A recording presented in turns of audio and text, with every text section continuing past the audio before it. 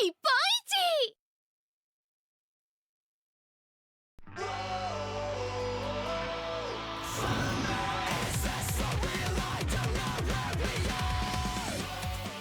The King of Fighters has always been something of an interesting specimen when it comes to fighting games, because on paper it should be what every fighter dreams to be, with a large roster of characters, solid gameplay, and a rabidly loyal fan base. Yet despite all of these things, the King of Fighters series has never reached the heights of popularity that games like Tekken and Street Fighter have managed. The newest game in the franchise, the King of Fighters XIV, is sadly not likely to be any different.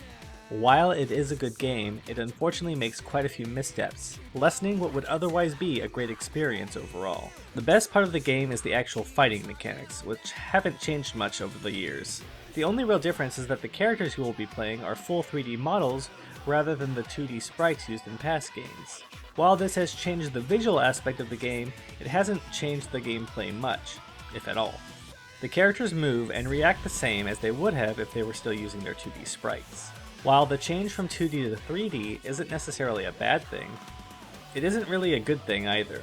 The change to 3D could have made some neat changes to the game, such as unique alternate costumes, or the chance to have a fully fleshed out story, so one might wonder, what's the point?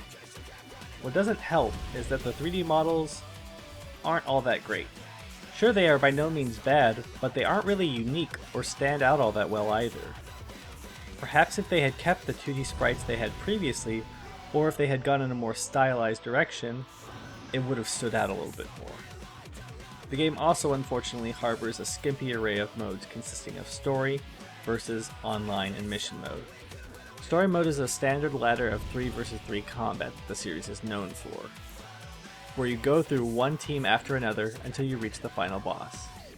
What prevents this mode from being a whole lot of fun is the infuriating AI that's either brain dead, or move reading that is about as bad as the old arcade Mortal Kombat games, making the story either a slog to get through, or an infuriating test of one's patience.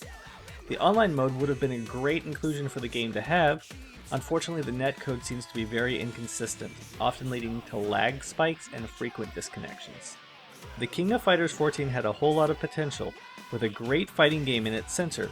Unfortunately, the lack of content and polish dooms it to being a forgettable game that most will not remember after a few months. If the game looks interesting, or you actually happen to be a huge fighting game fan, I'd actually say give it a try.